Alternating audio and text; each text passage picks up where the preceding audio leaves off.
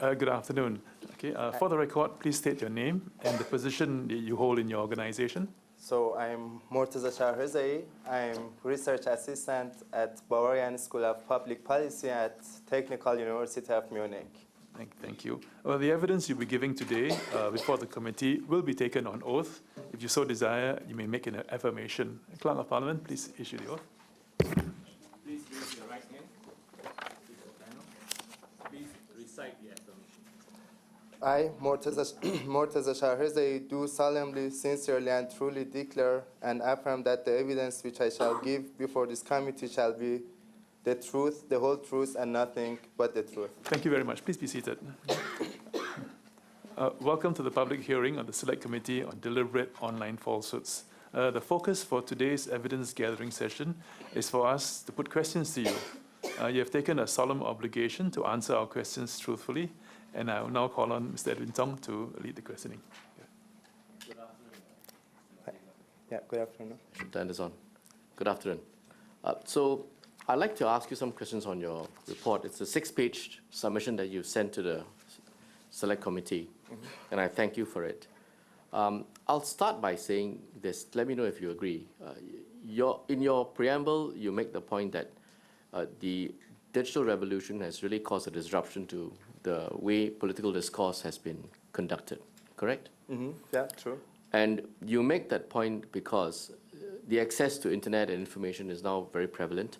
Social media has become the platform of choice, and that, in your words, redefines the former integration and separation of the private and public sphere.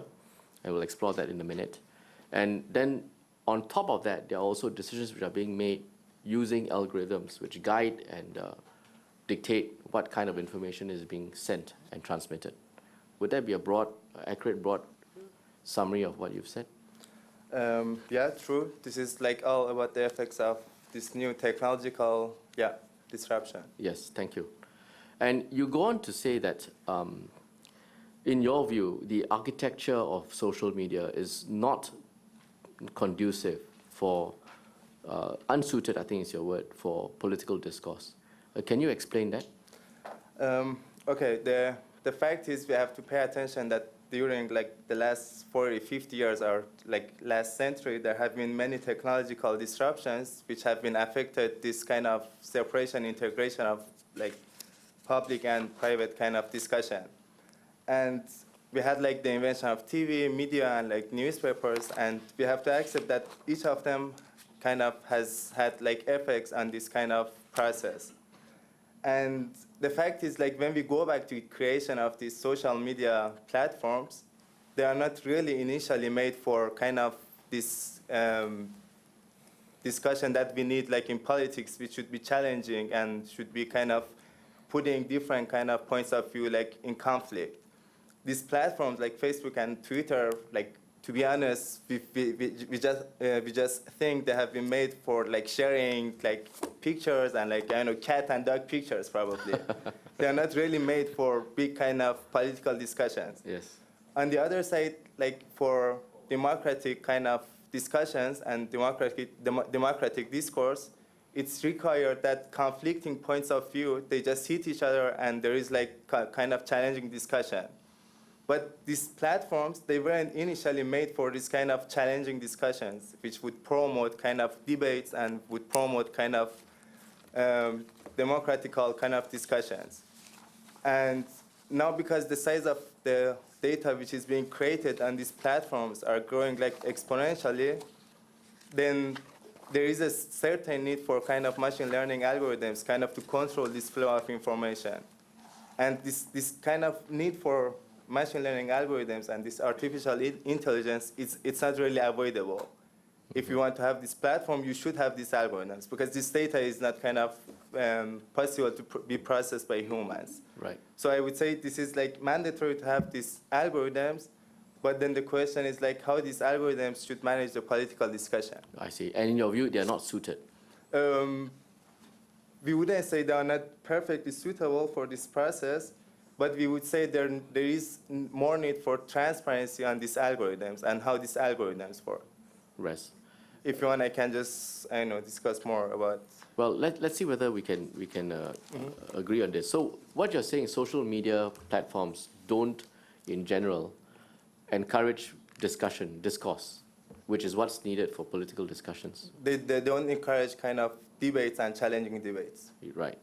And would you accept that on top of that, with the advent of click farms and bots and automated AIs and so on, which channel and redirect information in a particular fashion and tend to then influence opinion or influence views and therefore readership on certain information, would that also, I think, would that also, in your view, limit the functionality and feasibility of social media sites as a platform for political discourse? I mean, based on my experience after doing like maybe 5-6 years research on these social media platforms, I can confirm that there is a lot of speculation of how these bot platforms and these bot farms and this group of bots, they really manipulate people and they manipulate the societies and the public opinion. We think that there is no kind of concrete evidence that they can prove they have really changed the kind of public opinion and they have manipulated the public opinion. It doesn't mean that there haven't been efforts like to use these platforms and this bot technology and like these technologies to kind of manipulate. There have been efforts, but to show that these efforts have been kind of affecting the public kind of opinion, based on our knowledge, there is no report or no scientific kind of research which could prove that. And there is even evidence against it. Because when we look at these bot kind of platforms, we see that there are like thousands or millions of accounts that they are interconnected and they are sharing stuff and they are sharing kind of information.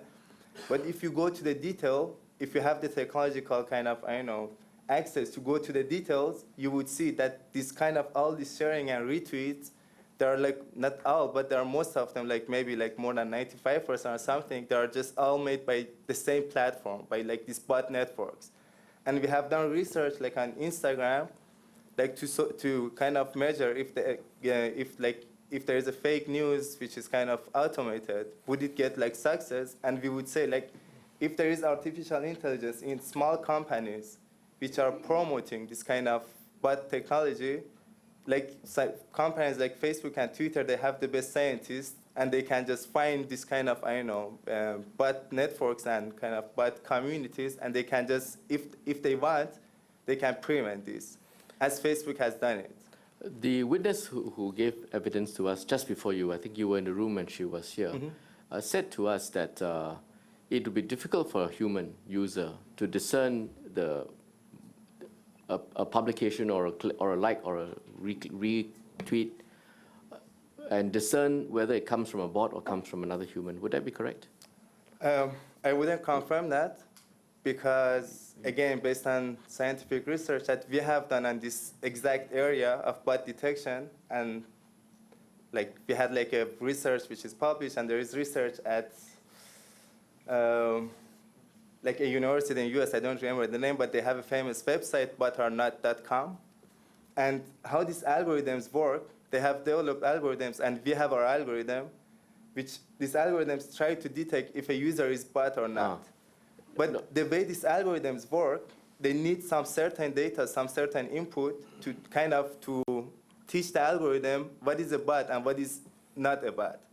And the data which is fed to this algorithm is like a sample of bots which humans have tagged. Humans have like certain number of humans.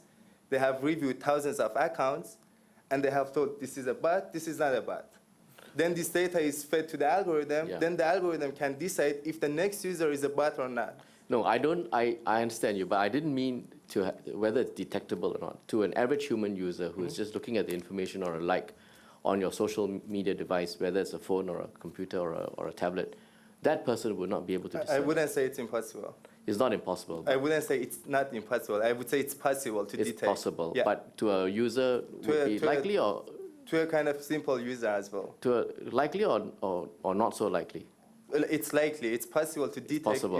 if a user it's bad. I wouldn't say with 100% accuracy, but if you look at the picture, the profile picture, I mean, I have a simple question. Just imagine you open the Twitter account of a user Yeah. with your bare eyes, any algorithm, as a like not a computer scientist or something. You see the user has like 10,000 tweets in one day and all the same text. You see the number at the top and you see the text is all the same. What do you think?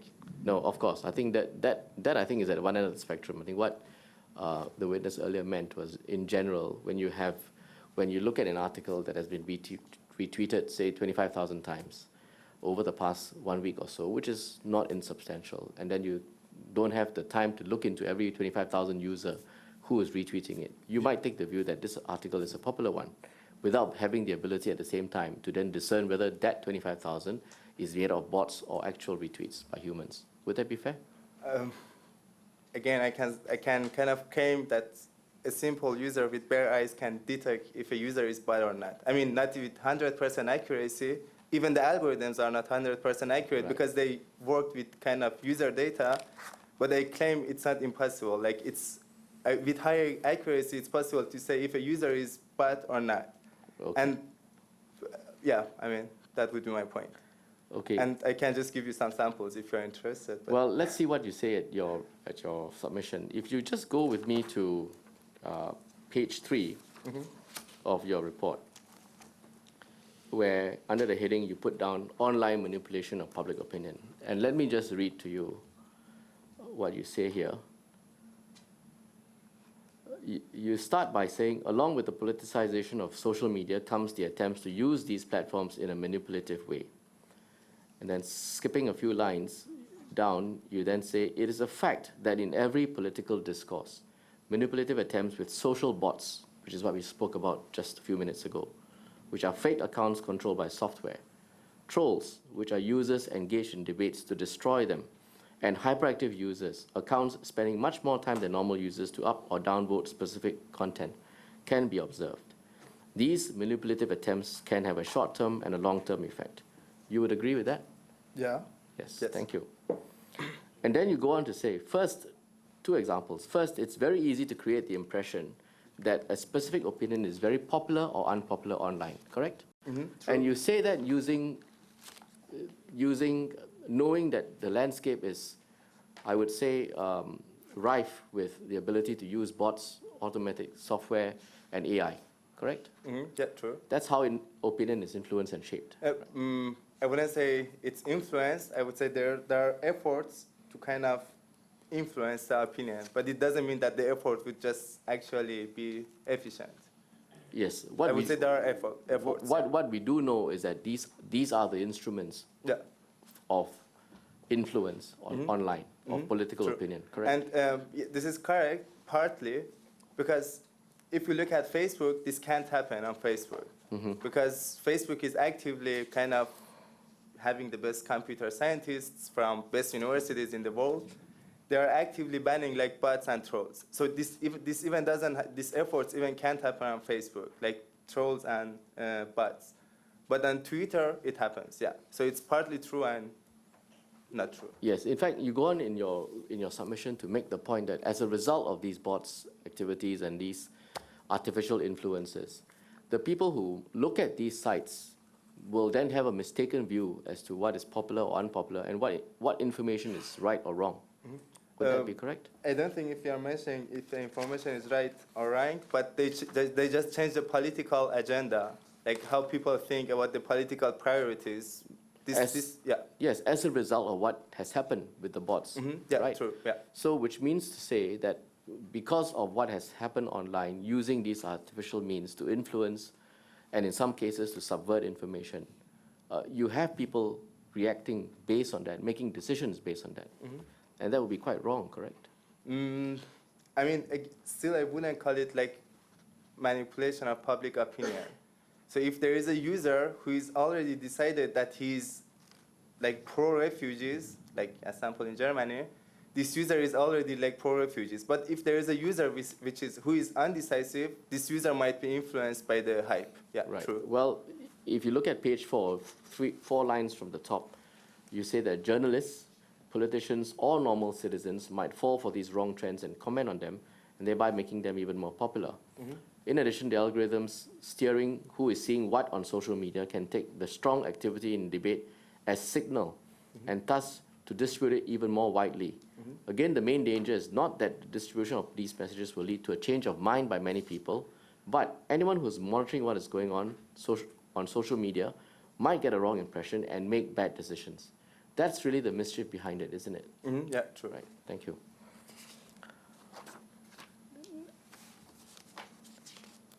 You also speak in your submission on the ability of foreign interference, or the possibility of foreign interference in such activity by both state and non-state actors. Can you just elaborate on that briefly? So the point is like even like I know small companies, like I know like a company of one person, you can just start like making bots on social media, like I know platforms like Facebook, like Twitter, not Facebook certainly, and you can start like publishing like I know the same message to kind of like into the platform. So this possibility, which is officially like on these platforms using the API, so it's not like a hidden kind of secret possibility. It's something that it's on the documentation of this website that you can make users and you can automate the user. Mm-hmm. So this possibility can be used by users like for kind of marketing or like I know this economical kind of incentives, or it can be used for political incentives. And this political incentive can come from kind of a user or a group of like political kind of a group of people with a political interest, or of course from the governments. Because at the end of the day, what they do on these platforms, it's something legal, at least by kind of, I know, this platform, Twitter, that you can officially make users and you can automate them. Right. So like they can use it, yeah. I understand. I'd just like you to look at the first page of your submission. Going back to what we spoke about at the start about the public and private sphere, would you accept that there has to be a balance between the public sphere, which is what is sent out online and distributed, and the private sphere, which is the individual's ability to do as he likes? I wouldn't put it this way, that there should be a balance, but this kind of integration and separation, they should always exist like as a spectrum. But it doesn't mean that there should be a balance. I mean, okay. Maybe you put it in the words that you use in the submission. Just look at the bottom of the first page, where you say to judge everything from the perspective of the higher common good would also mean the end of personal freedom. But unlimited personal freedom would destroy society. That's where I derived my own conclusion that one has to strike that balance. So like there are 2 points. One is like it can't be totally separated, like this public and kind of private spheres. And the other point is like they can't be like totally integrated. Yes. And based on like the political theories, there is always kind of a spectrum based on the kind of technological features and based on the discussion. Yes. But I mean, I don't want to put it like this way, that there should be an exact balance, like to say. Okay, all yeah. right. Maybe we differ on the choice of words Yeah. we use, but I think I understand you. Yeah. So in dealing with what I think we all agree is a problem of in news online, which you say on which people have been influenced and make bad decisions, one must take into account what you just said as being the philosophy behind how we redress it. Would you agree? Yeah, true. Yes. So when we look at that in the context of what you say at page 5, where under the heading, what should be done, you say that the digital revolution has its effect on the separation and integration of the public and private sphere, something which Mr. Morteza, you just said earlier. And you say that it is already changing democracy in a fundamental way. Therefore, regulations and laws dealing with this new phenomenon seem to be necessary, not to stop this development, which is probably already impossible, but to steer it in favor of society. What you're saying is that in terms of trying to ensure that you strike that, I use the word balance, but I take on board your point about the integration. To achieve this proper separation and integration, one has to always have regard to how you would have to have regulations to ensure that you steer this in favor of the broader good of society. Would that be fair? Can you please rehearse your question again? sure. I can just reread it from the screen. Yeah. Looking at those paragraphs and what we've discussed a bit earlier, I said to you that what you're saying is that in terms of trying to ensure you strike the right integration and separation, in your words, one always has to have regard to how you would have regulations to ensure that you steer this in favor of the broader good of society. Would that be a fair statement? Yeah. Yes, thank you.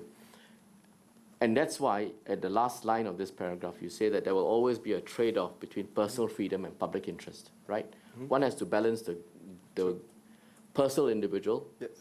personal freedom, and what is in the public interest, so in terms of what is distributed out there and then available for public consumption, correct? Mm-hmm. Yeah, yes. Now, you also made some comments on the German legislation. I'd just like to take up 1 or 2 points with you. Mm-hmm.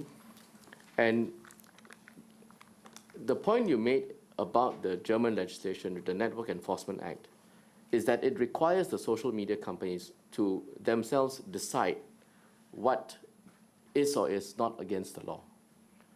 Is that your fundamental, I'm not sure if I can use the word objection, but disagreement with the act in Germany? Yeah, the point is like the kind of this new act is like if there is a report of a post which is against the law, it should be exactly against the law. It shouldn't be like, I don't know, there are like different definitions. But if it's against the law, the company has 24 hours to kind of remove it from the network. Yes. But the main objection, as you mentioned, yeah, this is true. Like these companies are not made to be like judiciary experts. Yes. Yeah, and so therefore when you say the question of right or wrong is mostly irrelevant to judge if something is against the law, and you also go on to say that it is really only the judiciary which should decide what is or against the law. That's really your concern with the act itself. True. Yes. Right. But you would not disagree that, having regard to our earlier discussion on trying to seek that integration and separation, you would not disagree that I think there must be some trade-offs between what you can publish and what can then be distributed online, correct? Yeah, true. Thank you.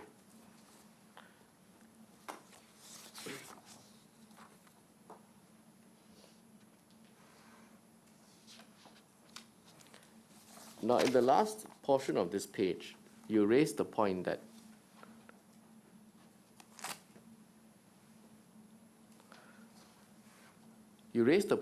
distribution should be regulated. If you look at the words at the paragraph at the bottom of the paragraph, you say that we should differentiate stronger between authorship and distribution. That really stems from your broader proposition that one has to strike that, I use the word balance, between the separation and integration of the rights that we discussed earlier. Would that be a fair statement? Yes, that would be true. Right, thank you. Thank you, And Mr. Morteza. can I just add a point that if that would be okay for Mr. Chairman and others, I have like one kind of complimentary kind of presentation, like some slides. I mean, it's not presented. Yeah, if there is time and if there is any interest, I would like to talk about the slides as well, like if there is time and interest.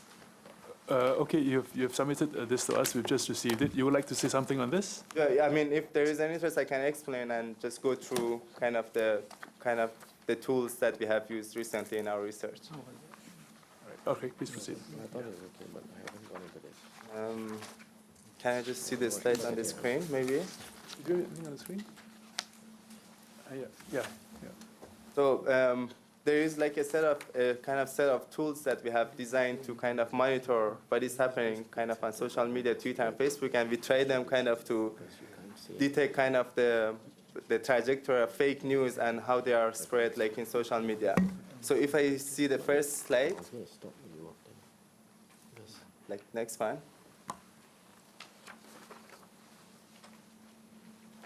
Can I see the next slide, maybe?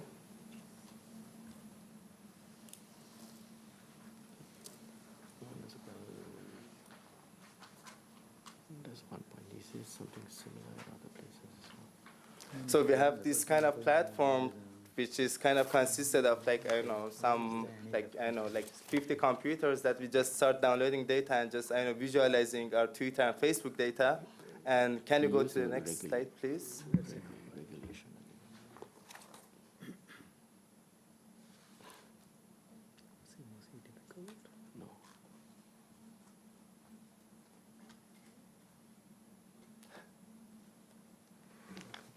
maybe I can just put some I general comments. I think you can carry on. We've all got copies like, here. Go ahead. just some general comments that kind of using this platform, we can kind of monitor kind of the social media and what is happening on Twitter and Facebook.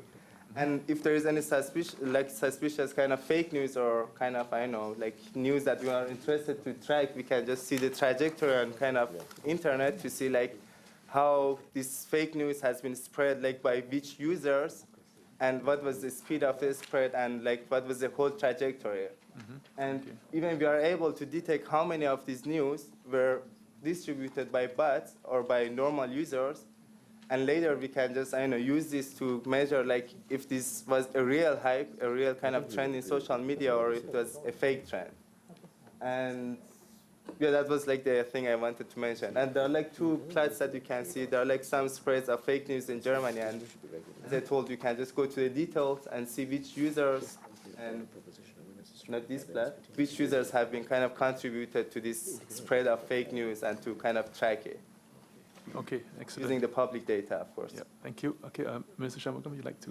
Direct? Okay, some more questions for you, Minister. Thank you. Thank you very much for being here with us. Just a few short questions.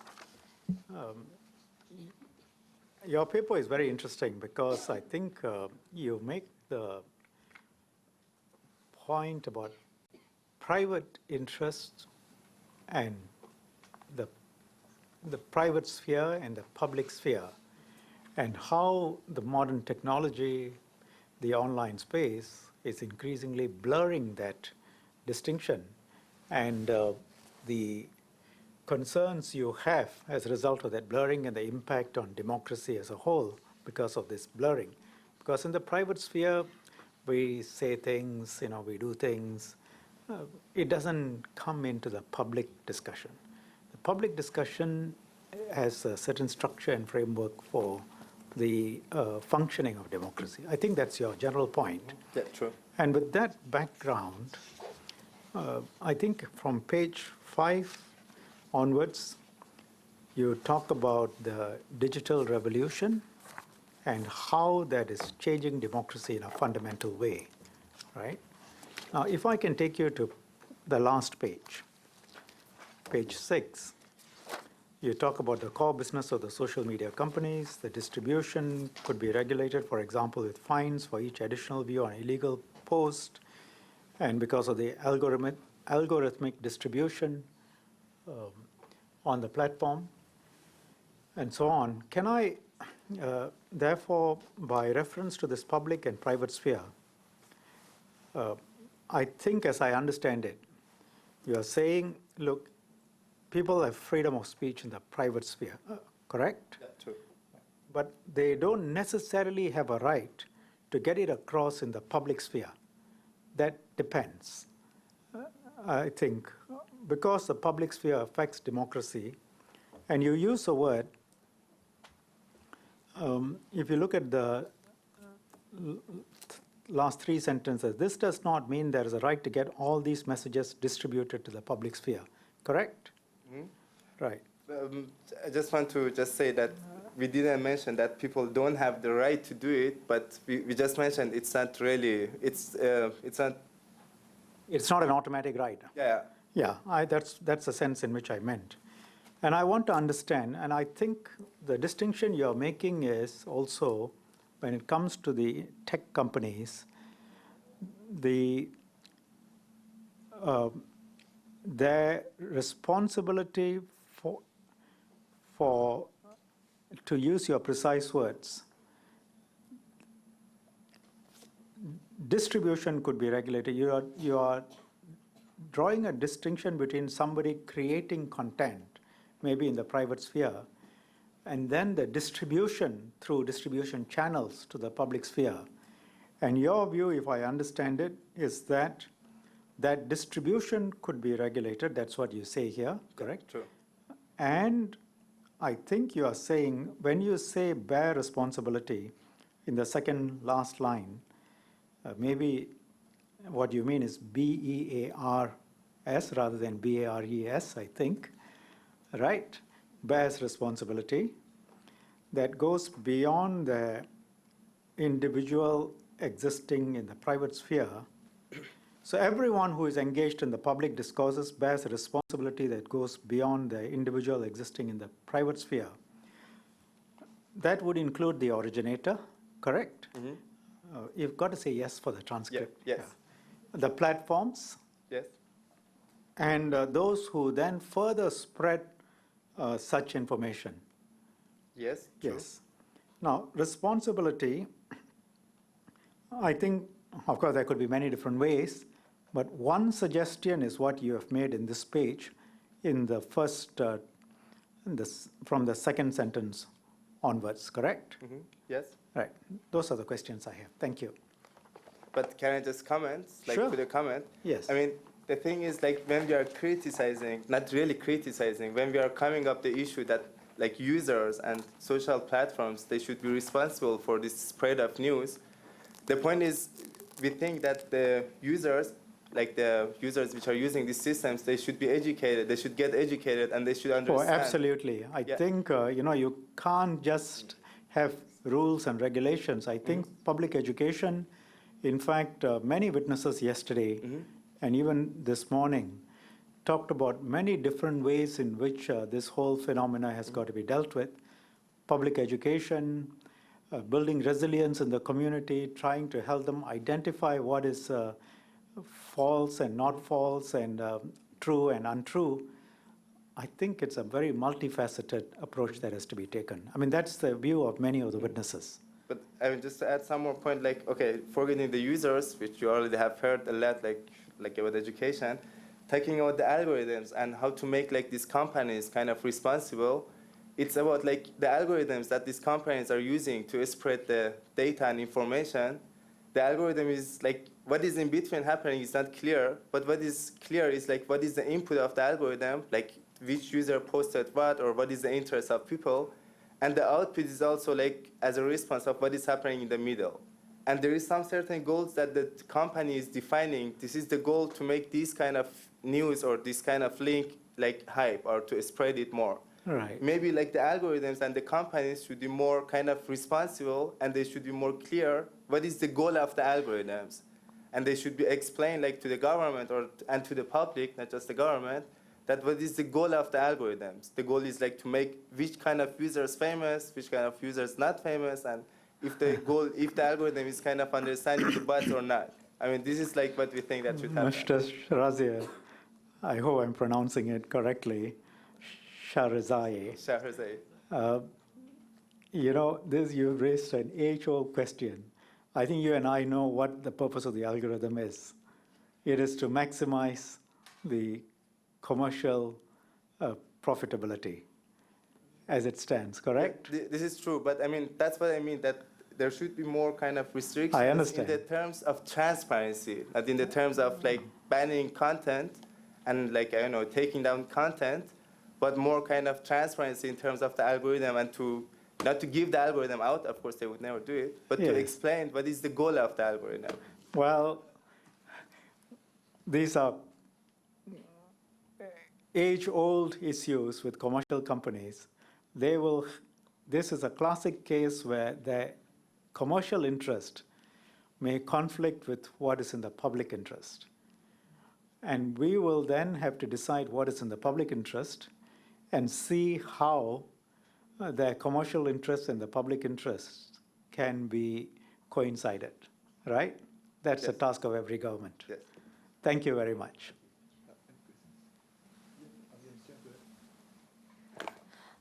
Thank you, sir. Just want to clarify one point on page 6 of your submission under online manipulation. Would you agree that political attitude or political opinion includes a person's attitude or opinion towards race, religion? Yes, and not just political ideology per se, pure. Okay, if that is the case, then you would also consider, perhaps, that the impact of suspicious accounts and falsehoods online go beyond influencing policy decisions. So you have talked about how it is possible that journalists and politicians and even the general populace could get a false trending. and therefore make the wrong decisions. But in your first paragraph, you mentioned taking into consideration how difficult it is, no matter by which means, to change the political attitude of individuals. We think that these fears are exaggerated. It is very unlikely that anyone is changing his or her mind on important political issues just because of some suspicious accounts in social media. Now, I would like you to maybe comment on what you think about what we have also heard many times, slow drip effect, the drip effect, where you are not confronted with immediately offensive material. Because if it is immediately offensive, we would recoil. But what is your view of the gradual politicization or conversion of a person's opinion or attitude over time through the use of the proliferation of all these bots? And also, particularly, again, from another witness earlier, bearing in mind that when that in the cyberspace, what might take a long time to proliferate and spread now is done in the speed of, lightning, and therefore there's that pressure effect as well. Thank you. Thank you for your question. The thing is, again, we have seen a lot of effort on social media to manipulate kind of public opinion. But research, we haven't seen many research that they could confirm that they, in fact, could change kind of the public interest, like these online manipulations. So, of course, there is a possibility in theory and in practice in some cases, like in some special cases, like the refugee topic in Germany, there was kind of the influence that the political agenda was really influenced by this social media activity. But still, we don't think, and I mean, there is no kind of concrete evidence to show that these all efforts, they have been really kind of changing the public opinion. And if you even look at the topic of like fake news, if you just check kind of, there are like this kind of important research by Berkman Klein Institution at University of Harvard at US, which is one of the most kind of credible kind of scientific institutions. They did the research on social media, like the status of social media before the election in US, and what they found, it was like only 2% of the most shared links and news during like the election. I mean, it was contradictory to what I saw in the last slide that last presenter was presenting. But what this research in University of Harvard published, it was like only 2% of the news which were kind of published on social media was fake news. And the main problem wasn't really fake news based on their research. I mean, I'm again citing this research like from Berkman Klein Institution at Harvard University. What was more influencing was the polarization of the public. And if the manipulation wasn't happening kind of by fake news or this kind of external kind of efforts or external kind of manipulation, but more by polarization of political parties within the system. So we don't think that these tools and these kind of efforts really change the public opinion. We think like in some cases that we could confirm, we could see that they could change the political agenda, like in politics and in the parliament as well, to make like some topics hype, to make it like, to bring it to the interest. But if they really manipulated the public opinion, we didn't see any evidence. And again, like this topic of fake news is more, I mean, we are not like, deciding on a speculation by kind of, like what is like in the public kind of, being talked and discussed about fake news. Based on like, scientific research, it wasn't really changing the public opinion, like at least in US, like I'm talking about US. And we didn't find any evidence in Germany as well, that like if there is any external effort from some countries, I don't know if I'm allowed to name countries here, from some countries, if they wanted to kind of manipulate the public opinion. We didn't find any reports, any kind of influence in Germany, any efforts. And we are analyzing the whole social media, I can tell you, in kind of Germany. And in US, I mean, there was some efforts, but again, there is no evidence that this effort was changing the public opinion. And this effort was comparing to what Clinton and Obama, Clinton and Trump, they paid individually for this kind of public ads. the effort of external ads was almost nothing if you look at the numbers. So we don't think that these kind of efforts are really manipulating the public opinion. And I mean, not based on the research at least. So assuming that what you say is true, then either way, it is not conclusive. Either way. It's not conclusive if it's influencing the public opinion. I mean, it might be, but there is no scientific signs or proofs that it's really changing the public opinion. But there are proofs that there are efforts. But if the effort is influential, we don't know. At least we don't know. So. Okay, thank you. Okay, if there are no further questions, we would like to thank you very much for flying all the way down to Germany with your contributions here. In a few days' time, we'll be sending you a transcript of the proceedings, and if there are any corrections to be made, please correct them and send it back to us. And once again, thank you very much. Thank you.